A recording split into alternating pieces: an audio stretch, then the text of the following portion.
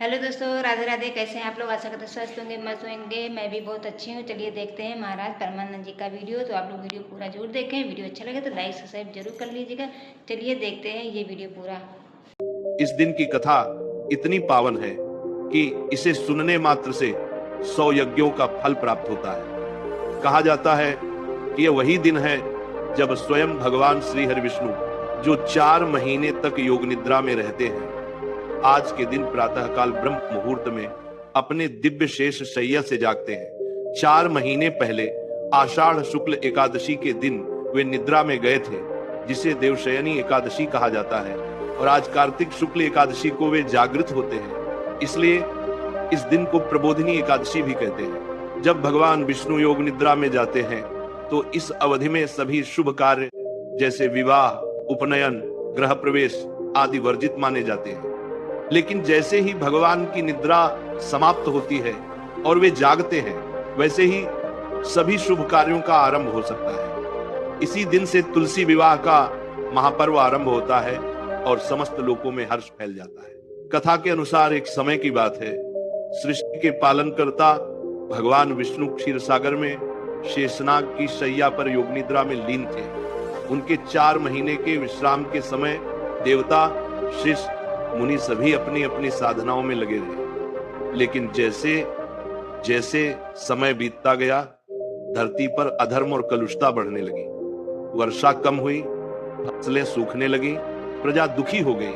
तब सारे देवता भगवान ब्रह्मा के पास गए और कहा, हे प्रजापति, प्रभु विष्णु योग निद्रा में हैं। जब तक वे नहीं जागेंगे तब तक धरती पर संतुलन नहीं लौटेगा, कुछ उपाय कीजिए। भगवान ब्रह्मा ने कहा, हे देवगण, कार्तिक शुक्ल पक्ष की एकादशी को प्रभु स्वयं जागृत होंगे। उस दिन तक तुम सब श्रद्धा पूर्वक प्रभु का स्मरण करते रहो, दीपदान करो और व्रत रखो। देवताओं ने आज्ञा मान ली और कार्तिक मास की एकादशी की प्रतीक्षा करने लगे। जब वह शुभ दिन आया, आकाश में सुगंध फैल गई, दिशाएं मंगलमय हो उठी, गंधर्व गान करने लगे और तुलसी माता के पत्तों की खुशबू से वातावरण हो गया। उसी समय भगवान विष्णु शेष शैया से उठे। उन्होंने अपनी आंखें खोली और समस्त सृष्टि में जीवन का प्रवाह फिर से शुरू हो गया। भगवान के जागते ही इंद्रदेव ने वर्षा की, धरती पर हरियाली लौटाई और मानवता के भीतर नई ऊर्जा का संचार हुआ।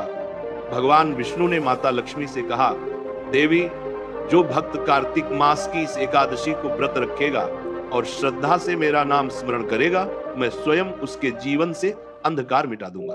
एक पुराण कथा में आता है कि इस दिन राजा बलि के साथ भी एक दिव्य घटना घटी थी। राजा बलि अत्यंत पराक्रमी और दानी राजा थे।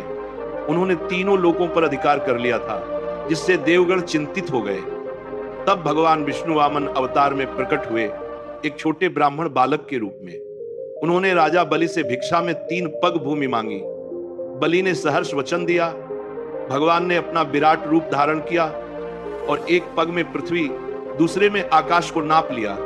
तीसरे पग के लिए जब स्थान न बचा तो राजा बलि ने विनम्रता से अपना सिर झुका दिया और कहा, प्रभु, तीसरा पग मेरे सिर पर रखिए।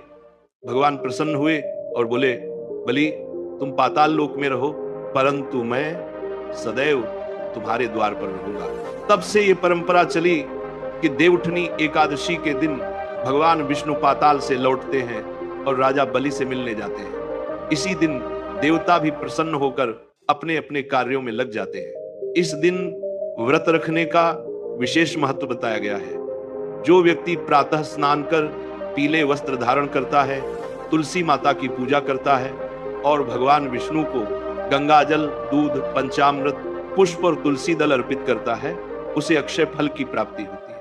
कार्तिक मास में तुलसी का विशेष स्थान है।